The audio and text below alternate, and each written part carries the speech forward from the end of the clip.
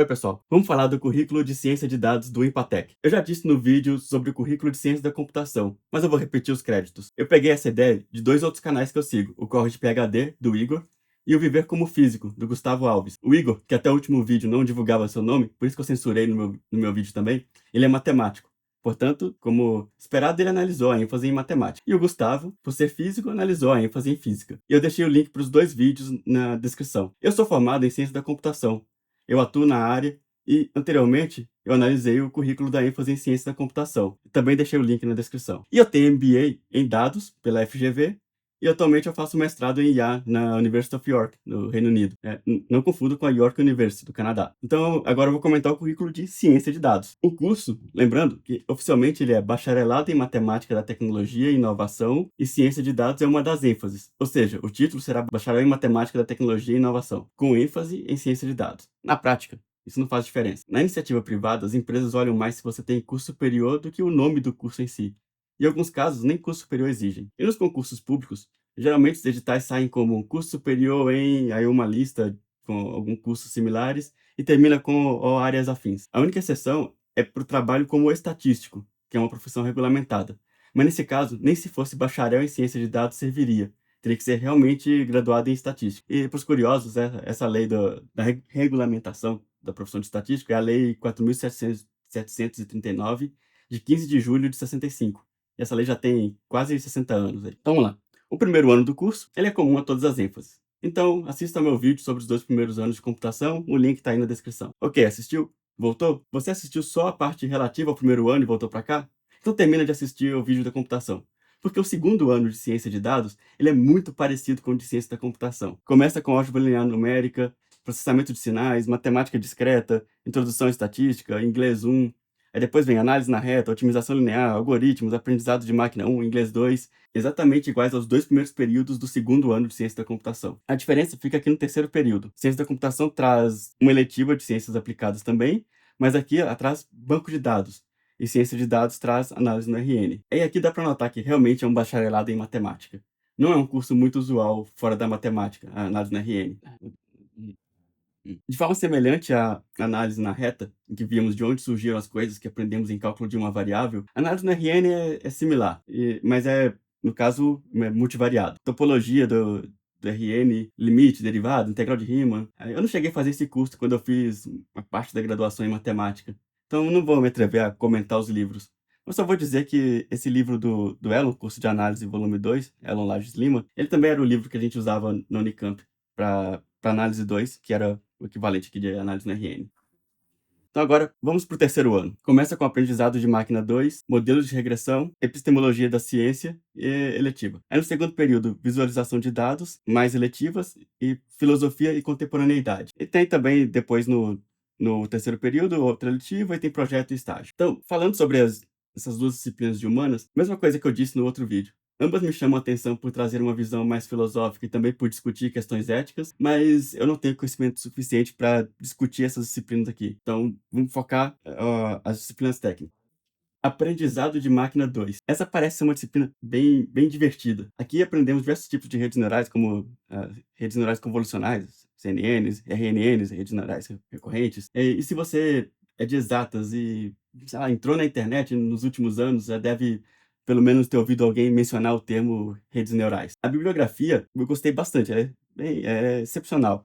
Começa com esse livro do Goodfellow, Deep Learning. Esse livro é a recomendação básica para qualquer um que queira aprender Deep Learning.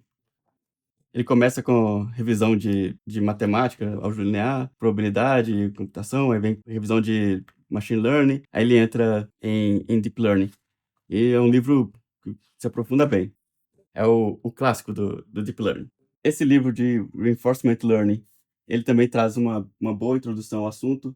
Esse livro aqui, Hands-on Machine Learning with Scikit-learn, Keras and TensorFlow, ele é um livro bem prático para colocar a mão na massa, é legal. E esse livro, Deep Learning with Python, do François Chollet, ele aqui também é um livro que eu gosto bastante para colocar a mão na massa. Ele traz bastante exemplo com datasets lá da Reuters, IMDb lá dos filmes. É um livro, ele é bem prático. Enquanto o livro do Goodfellow, ele é um livro um pouco mais teórico, esse aqui é hora de botar a mão na massa. E o François Chollet, o autor desse livro, ele é o autor da biblioteca Keras, que é a biblioteca mais conhecida de redes neurais, e ela integra tanto com TensorFlow quanto o PyTorch. E eu gostei muito que colocaram esse artigo aqui, ó, Attention is all you need, que esse é o artigo seminal que introduziu a arquitetura de transformadores. Embora você vai muito também o termo aí como transformers, até mesmo em textos em português, que é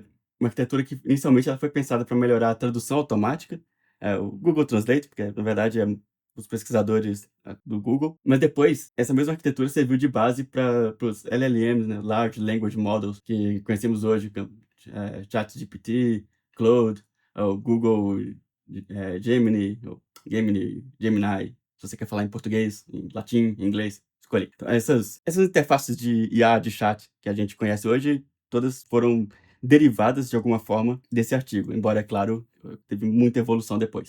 O INPA não colocou a ementa de modelos de regressão, então vamos pular para visualização de dados.